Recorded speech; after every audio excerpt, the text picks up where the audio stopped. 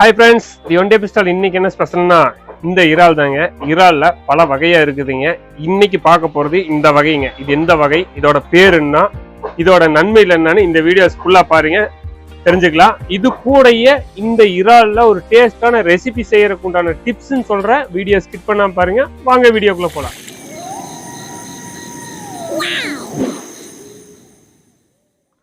இறால்ல பல வகை இருக்குதுங்க. இப்ப நம்ம பார்த்துட்டு இருக்கிறது ஒரு பண்ணை இறால்.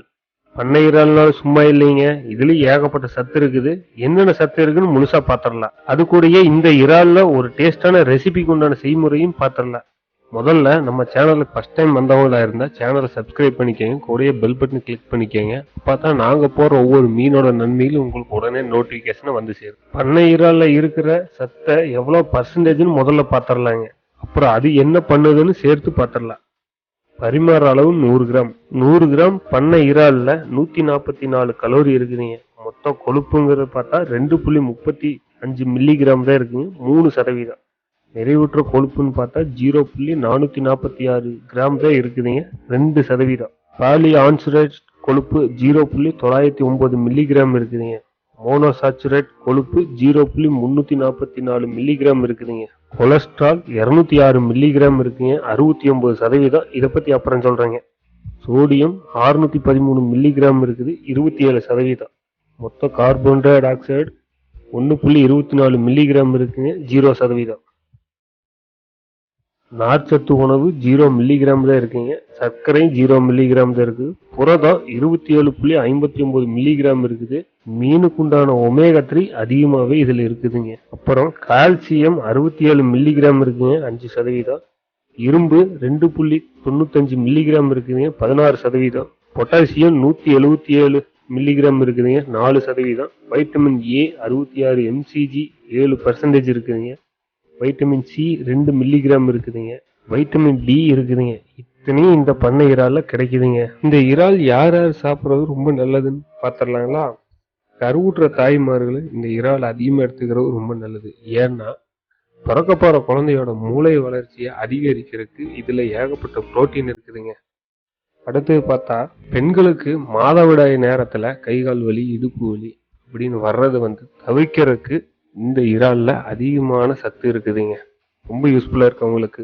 கண் பிரச்சனை இருக்கிறவங்க இந்த இறாலை தொடர்ந்து சாப்பிட்டு வந்தா அவங்களுக்கு கண்ணுல வர சில பல நோய்களை குணப்படுத்துறதுக்கு உண்டான திறம் இந்த இறால்ல இருக்குதுங்க. அப்புறம் பெண்களுக்கும் ஆண்களுக்குமே குழந்தைகளுக்குமே தலைமுடி அடர்த்தியா வர்றதுக்கும் கருமையா வர்றதுக்கும் இந்த இறால்ல ஒரு சில வைட்டமின்கள் இருக்குது. அது ரொம்ப யூஸ்ஃபுல்லா இருக்குங்க.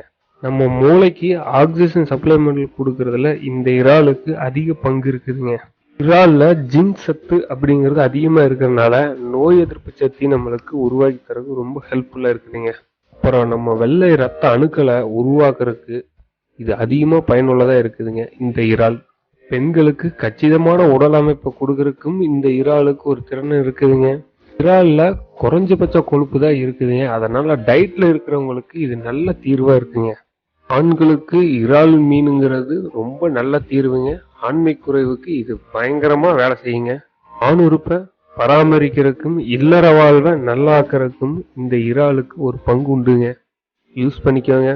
இறால்ல செலினியம் சொல்லிட்டு ஒரு வைட்டமின் இருக்குதுங்க. அந்த வைட்டமின் நம்ம புத்துநோயை தடுக்கிறதுக்கு உண்டான அணுக்களை அதிகமா உற்பத்தி பண்ணுதுங்க. நம்ம உடம்புல இருக்கிற கிட்னியை பராமரிக்க தேவையான சத்து இந்த இறால் அதிகமாக கொடுக்குதுங்க. இத்தனை நல்ல விஷயம் இந்த இறால்ல இருக்குதுங்க. நல்லது மட்டும் தெரிஞ்சுக்கிட்டா போதுமா? கொஞ்சம் இதுல இருக்க தீங்கையும் சேர்த்து தெரிஞ்சுக்கலாம். வெயிட் பண்ணுங்க.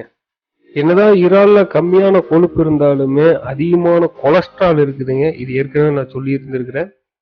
அதனால கொலஸ்ட்ரால் சம்பந்தப்பட்ட வியாதி இருக்கிறவங்க அதிகமா இந்த இறாலை எடுத்துக்க வேண்டாம். ஃபர்ஸ்ட் சொன்ன மாதிரி இறால்ல பல வகை இருக்குதுங்க. ஒரு சில இறால்கள் மட்டும்தான் சாப்பிடுவோன்னு எல்லா இறாலுமே சாப்பிடக்கூடிய இறால் கிடையாதுங்க. சிலருக்கு இறால் சாப்பிட்றதுனால ஒவ்வாமை ஏற்படுங்க. அதனால அவங்க இந்த இறாலை தவிர்க்கிறது ரொம்ப நல்ல விஷயங்க. ஓகேங்க, இதுல இருக்கிற நல்லது கெட்டது சேர்த்து பார்த்தாச்சு. இனி அடுத்தது இதுல ஒரு டேஸ்டான ரெசிபி செய்யறதுக்கு உண்டான டிப்ஸை பார்த்துடலாங்க. நம்ம செய்ய போற ரெசிபியோட பேரு இறால் தொக்கு. ஃபர்ஸ்ட் தேவையான பொருளை பார்த்தலாங்க. 400 கிராம் இறால் சுத்தம் பண்ணி கழுவி எடுத்து வச்சுக்கோங்க. இறாலை எப்படி சுத்தம் பண்ணணுங்கிறது இந்த வீடியோ ஃபுல்லா பார்த்தா மட்டும்தான் தெரியுங்க உங்களுக்கு. 1/4 கப்பு வெங்காயம், 2 தக்காளி பொடியா நறுக்கி வச்சுக்கோங்க. கருவேப்பிலை பார்த்தீங்கன்னா ஒரு கொத்து எடுத்து வச்சுக்கோங்க. பச்சை மிளகாய் 5 கீரி வச்சுக்கோங்க. 1/2 டேபிள் ஸ்பூன் இஞ்சி பூண்டு விழுது எடுத்து வச்சுக்கோங்க. 1 டேபிள் ஸ்பூன் சிவப்பு மிளகாய் தூளுங்க. 1 டேபிள் ஸ்பூன் கொத்தமல்லி தூள், 1 டேபிள் ஸ்பூன் கருமிளகு தூள், 1/4 டேபிள் ஸ்பூன் மஞ்சத்தூளுங்க. ஒரு பாதி லெமனை பிழிஞ்சு வச்சுக்கோங்க. தேவையான அளவு உப்பு, தேவையான அளவுக்கு எண்ணெய் கொஞ்சம் சேர்த்து எடுத்துக்கோங்க. நல்லெண்ணெய் எடுத்துக்கோங்க, சூப்பரா இருக்கு. கொஞ்சம் கொத்தமல்லி இலையும் புதினா இலையும் தனியாக எடுத்து வச்சுக்கோங்க. கடைசியில் இது மேலே தூவருக்கு நம்மளுக்கு உதவு. ஓகே, இப்போ சமைக்கிறதுக்கு ஆரம்பிச்சிடலாங்களா? சுத்தம் செஞ்சு வச்சிருக்கிற இறாலில் 1 டேபிள் ஸ்பூன் எலுமிச்சை சாறும் கொஞ்சம் உப்பும் போட்டு ஒரு 15 நிமிஷம் நல்லா கிளறி ஊற வச்சிருங்க. ஒரு கடாயை அடுப்புல வச்சு எண்ணெய் ஊற்றி சூடானதுக்கு அப்புறம் இஞ்சி பூண்டு விழுது அதில் சேர்த்து நல்லா வாசம் போற அளவுக்கு வதக்கிடுங்க. எண்ணெய் சூடானதுக்கு அப்புறம் நம்ம நறுக்கி வச்சிருந்த வெங்காயம், பச்சை மிளகாய், கருவேப்பிலை 3ஐயும் போட்டு அதுல நல்லா வதக்குங்க. லேசா வதங்கினதுக்கு அப்புறம் அதுல வெட்டி வச்சிருந்த தக்காளியும் சேர்த்து நல்லா வதக்குங்க.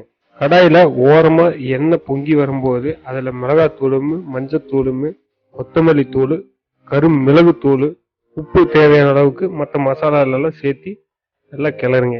நல்லா கிளறினதுக்கு அப்புறம் நம்ம ஊற வச்சிருந்த இறால் அதுல தூக்கி போட்டு நல்லா கிளறுங்க. மசாலா இறால்ல ஃபுல்லா படுற மாதிரி கிளறி விடுங்க. கிளறி விட்டு அரை வேக்காடு வெந்ததுக்கு அப்புறம் அடுப்பை சிம்மில் வைங்க. இந்த கலவை கொஞ்சம் ட்ரை ஆனதுக்கு அப்புறம் கொஞ்சமா தண்ணி ஊற்றி இன்னும் நல்லா கிளறுங்க. நல்லா கிளறி விட்டதுக்கு அப்புறம் 15 நிமிஷம் வேக வைங்க. வெந்ததுமே அடுப்பு ஆஃப் பண்ணிட்டு கொத்தமல்லி இலையும் புதினா இலையும் மேலே தூவி இறக்கி வச்சிருங்க. சூடா சாப்பாடு கூட வச்சு இது சாப்பிட்டா டேஸ்ட் செம்மையா இருக்கு. எப்படி இருக்குன்னு செஞ்சு பார்த்துட்டு கமெண்ட்ல எனக்கு சொல்லுங்க. மீண்டும் அடுத்த வீடியோவில் சந்திக்கலாம். நன்றி. உங்களுக்கு இந்த வீடியோ பிடிச்சிருந்துச்சுன்னா லைக் பண்ணுங்க, ஷேர் பண்ணுங்க, கமெண்ட் பண்ணுங்க. ஒரு நிமிஷம் வந்துடாதீங்க, பெல் பட்டனை கிளிக் பண்ணுங்க.